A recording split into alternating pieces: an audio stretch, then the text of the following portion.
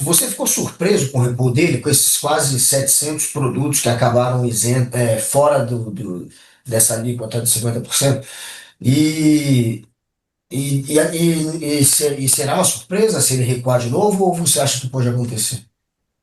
Eu acho que pode e eu acho que vai acontecer novos recuos, principalmente porque alguns itens que o Brasil ou produz muito focado nos Estados Unidos, ou que uma boa parte da nossa exportação vai para lá, eles não vão simplesmente parar de consumir isso. Por exemplo, um caso interessante, que eu estava até lendo um pouco sobre isso hoje mais cedo.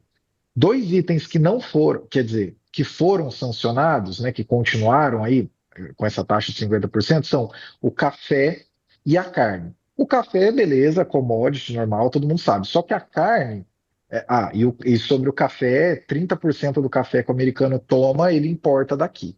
Então, né, não é tão trivial você colocar um aumento de 50% da noite para o dia. Só que esse da carne, por exemplo, quando se fala carne, geralmente a gente pensa, são os cortes nobres e tudo mais. Mas não é o caso. Nos Estados Unidos, o pessoal consome muito mais a carne para fazer o hambúrguer. E a carne do hambúrguer, ela não é o primeiro corte e tudo mais. Então existem fábricas e fábricas e fábricas que são focadas em fazer esse hambúrguer.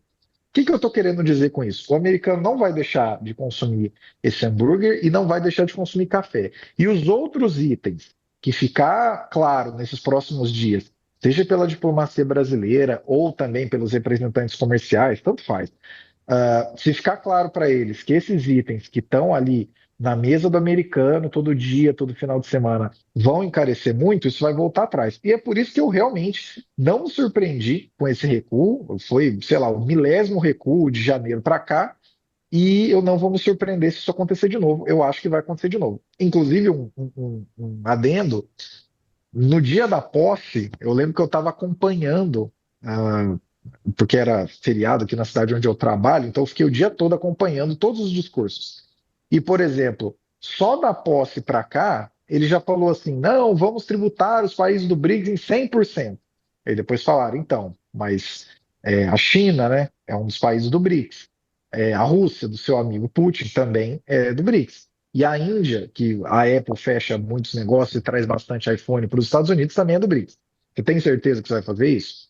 E aí depois, vamos tributar quem desdolarizar. Eu acho que assim, ó, no fundo, o Trump ele é aquela pessoa vaidosa que é viciada por manchete. Ontem, por exemplo, à noite, eu estava acompanhando pela Bloomberg, que é um dos para ficar por dentro do que se passa em termos de mercados lá fora, eu acompanho muito o tracking de notícias da Bloomberg. Era assim, 11 horas da noite, e aí apareceu, não, porque de agora até meia-noite o governo Trump vai soltar várias cartas e vai falar sobre vários aumentos e está recebendo dezenas de negociações.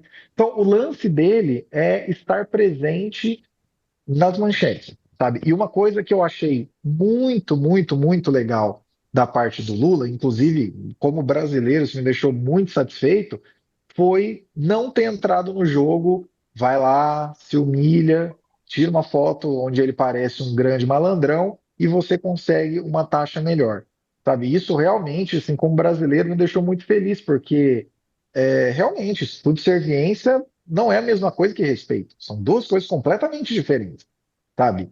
E vamos ser sinceros, a gente produz alguns itens que estão na mesa do americano aí todo dia, e eles são acostumados a comprar bem baratinho há muito tempo. Será que o americano médio vai topar 40, 30, 50, que seja, por cento a mais nesses itens? Já numa situação em que o juro está tão elevado que ele já não consegue mais comprar uma casa, que o financiamento do carro dele está tão apertado que provavelmente o banco vai vir pegar? Você tem certeza que o americano vai deixar de consumir até o suco de laranja ou café? Eu acho que não. E é por isso que a gente vai ter mais recursos ainda. Nesse momento, Caio, o mundo todo taxado, eu estou dizendo quase todo mundo, está todo mundo se movimentando para, bom, como é que eu faço? Agora eu vou vender para quem? Eu vou comprar de quem?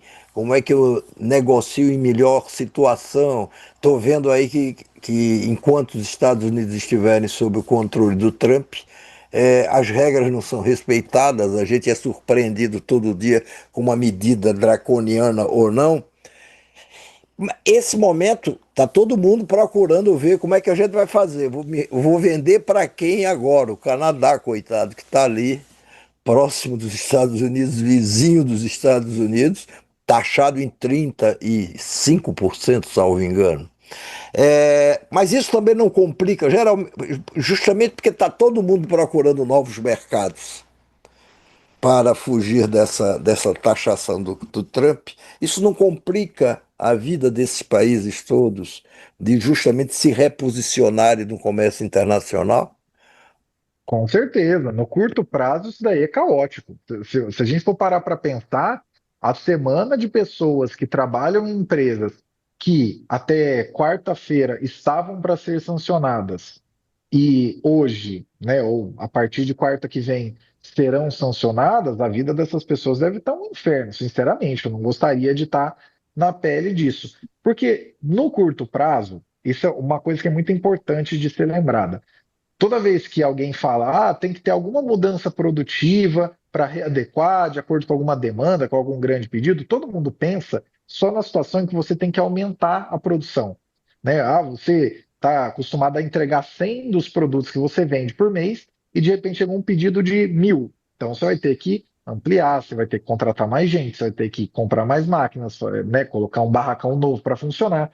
Agora, quando o contrário acontece, também é caótico, e principalmente em itens mais perecíveis, né? Algumas semanas atrás eu estava verificando que já tinha uma boa, umas, várias dezenas, na verdade, de containers com pescado que simplesmente estavam parados no porto, e provavelmente às vezes não dá nem para voltar isso para o Brasil, porque aí você congela e descongela, talvez perde a qualidade, é super específico de transportar. E isso a gente está falando de um item, né? Fora o pessoal do café, fora o pessoal da carne, fora o pessoal de diversas outras coisas. No curto prazo é muito difícil mesmo. Só que a grande sacada, eu acho que esse que é o ponto que mais o americano médio que ainda está apoiando essa insanidade não entendeu ainda. Quando você fala de um curto prazo em que está todo mundo procurando para quem vender, e você olha para um país que se adapta tanto a mercados externos, principalmente no agro, como é o caso do Brasil, algumas coisas, se forem feitas, elas não são facilmente desfeitas. Esse exemplo da carne, por exemplo, eu vou dar uma questão hipotética e uma questão real. A questão real, eu não sei se vocês sabem, mas existem fábricas no Brasil, frigoríficos, que são focados para vender para o Oriente Médio, né? Que é o tal do corte halal, né? O abate halal, perdão. As fábricas que são para esse tipo de venda, né, para o Oriente Médio, literalmente a fábrica ela é virada para Meca e ela tem todo um procedimental e tudo mais. Beleza, fiquem com essa informação na cabeça. Agora pensa uma empresa grande aí, qualquer uma das empresas grandes de frigoríficos, de carnes no Brasil, se realmente ficar um impasse. Eu acredito que isso não vai acontecer, eu acredito que essa insanidade não vai chegar a ver os fogos de artifício de 2026, mas enfim, vamos supor que aconteça, que fique 6 meses nessa palhaçada. Quando uma empresa grande começar a pensar, acho que eu não vou mais processar carne para fazer hambúrguer para mandar para os Estados Unidos, e eu vou abrir um pouco mais do meu mercado de frango de abate halal para o Oriente Médio, você não muda uma fábrica literalmente do chão para depois falar assim: o americano voltou a comer essa carne, beleza, então é só a gente processar de novo. Então, o que eu estou querendo dizer? No curtíssimo prazo, sim, é caótico, é terrível, é muito ruim, mas no médio e longo prazo, as decisões que vão ser tomadas frente a esse isolacionismo imbecil que os Estados Unidos está correndo atrás, elas são irreversíveis. Você acabou de citar o Canadá, acho que tem um outro exemplo interessante. O Canadá é o país que mais envia turistas para os Estados Unidos e com uma diferença. Quando a gente fala, né, turismo para os Estados Unidos, você pensa, o cara vai para Disney, vai passar um mês nos Estados Unidos. O canadense, como é muito frio no Canadá, turismo para eles é passar uma temporada nos Estados Unidos, alguns meses. E eu estava vendo um dado umas semanas atrás de que 6 a cada 10 canadenses estão repensando ir para os Estados Unidos nessas próximas férias. Ou seja, pensa a imensa quantidade de pequenos negócios, de turismo, de restaurante, de tudo que você puder imaginar, até mercado, que vai simplesmente perder dinheiro. Eu até passei por um dado esses dias, mas eu acabei não me aprofundando, que só em perdas de turismo até agora já foram 60 bilhões de dólares. Eu confesso que eu não fui me aprofundar, mas assim, não é zero. E quem sofre, neste caso, até o moço do pequeno negócio me perguntou, quem sofre nesse caso são os pequenos negócios dos Estados Unidos, porque depois não adianta muito chorar e falar que você está sendo preterido quando você passou um tempo razoável dizendo: ah, você não vai fazer negócio comigo como se eu fosse o mais bonito e o mais sensacional do mundo, então não vou fazer negócio com você. Não adianta nada você reclamar depois todo mundo fechar com a China ou com algum outro grande comprador e você ficar sem a diversidade de produtos que você está acostumado há 60, Sim, 70 anos. mas Caio, mas não tem ninguém ao lado do Trump que chame a atenção dele para esses efeitos colaterais dessas medidas adotadas por ele e que vão bater dentro dos Estados Unidos, que vão levar consequências para os Estados Unidos. Não tem ninguém que diga, ou ele tem algum outro truque que a gente não está vendo.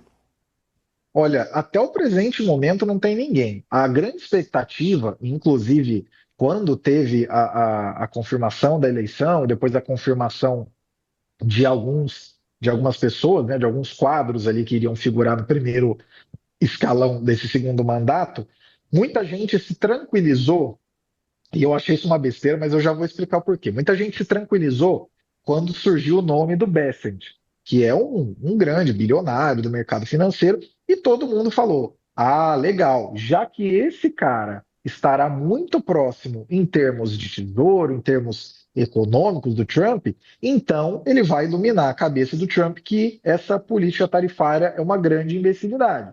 Porém, esse próprio Bessent, ele já apareceu, que eu consiga me lembrar de cabeça mais de 10 vezes, dizendo: não, tem que ter essa tarifa mesmo, porque aí esses produtores vão vir para os Estados Unidos produzir, e não pode ter essa tarifa mesmo, porque isso isolaria os Estados Unidos. Então, assim, eu acho que o que caracteriza mais esse segundo mandato do Trump é o fato dele ter se cercado de pau mandado, entendeu? É basicamente isso que tem no entorno dele. Tanto é, até né, nesse caso aí que deu bastante polêmica, e por incrível que pareça, isso aí tá pegando mais a base aguerrida dele até do que a própria tarifação, que já é muito imbecil, esse caso dos Epstein Files, né? Ah, O predador cara, às sexual. vezes eu. Exatamente. Às vezes eu fico até com um pouco de dó daquela moça que aparece e fala, né? Press Secretary, putz, eu esqueci o nome dela agora. Uma loira que ela aparece lá para conversar com os jornalistas e tudo mais. Tipo um porta-voz da Casa É a Branca. porta-voz da Casa Branca. É, Levitt, eu acho. Eu só me esqueci o nome dela agora. Mas assim, ela apareceu, não, porque os arquivos do Epstein estão ali na mesa e tudo mais. E nossa, nós vamos soltar a qualquer momento. E aí depois virou, não tem esses arquivos, o nome dele não tá lá. Não, mas peraí, não ia liberar isso, né? Eu vou colocar muitas aspas, porque eu acho isso uma grande besteira. Mas o cara não foi eleito para liberar isso, e desmascarar as elites e tudo mais. Isso, sabe? E nós estamos falando de um intervalo de 7 meses, sabe? Na verdade, nem 7 meses, porque o segundo mandato dele começou dia 20 de janeiro. Então a gente não tem nem 7 meses e temos várias ameaças e recuos. Ameaças e recuos. Vou anexar o Canadá, esqueceu o assunto. Vou comprar a Groenlândia, esqueceu o assunto. Vou tomar de volta o Canal do Panamá, esqueceu o assunto. Vou fazer um resort em Gaza, o que nossa, isso é bizarro. É isso, é essa mesmo. A Caroline Levitt, ela mesma. Vou fazer um resort em Gaza. Então, assim, isso sem falar, é claro, de vou resolver a guerra na Ucrânia em 24 horas, o que é uma grande bobagem. Inclusive, só É, aproveitando, se vocês viram alguma notícia, mas porque mandou submarino nuclear para submarinos perto da Rússia? nucleares. Esquece isso aí, cara. Esquece. Ele não vai fazer nada com o amigo dele, não. Fica tranquilo. Não vai ser agora que o mundo vai acabar, não.